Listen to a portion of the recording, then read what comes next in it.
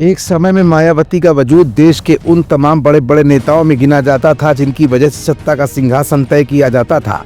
लेकिन अचानक मायावती की पार्टी का वजूद ही खतरे में आ गया। 2007 से लेकर अब तक मायावती की पार्टी बसपा में तमाम तरह के डाउनफॉल देखे गए।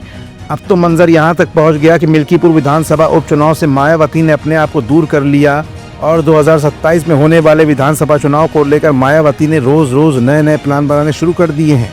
लेकिन इन सब के बीच मायावती अब क्या कुछ खास करने वाली है जिससे उनकी पार्टी के वजूद को जिंदा रखा जा सके?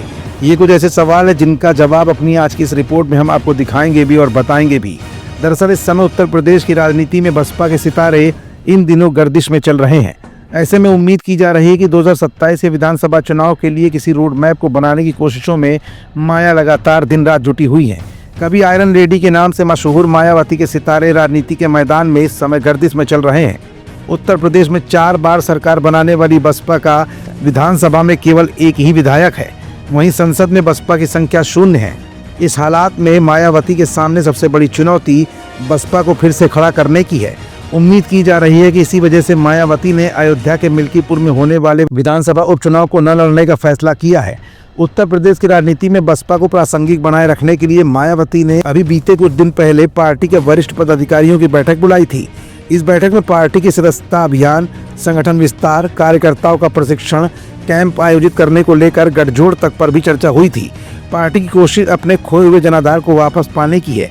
इसके लिए वो अपने पुराने नेताओं और कार्यकर्ताओं को वापस लाने की कोशिशों में जुटी हुई है।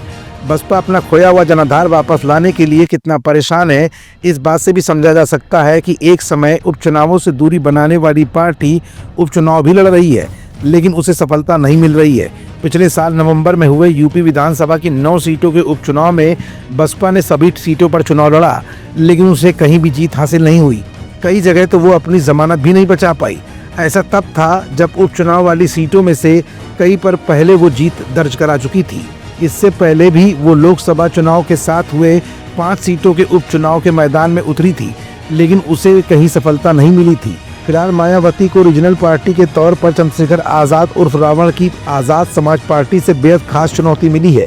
फिलहाल मायावती के सामने इस समय 2027 तक अपनी पार्टी के वजूद को बचाए रखने की जिम्मेदारी है और मायावती तमाम गठजोड़ के लिए अंदर खाने राजी भी बताई जा रही हैं और पुराने नेताओं को वापस लाने के लिए दिन रात परेशान दिख रही हैं।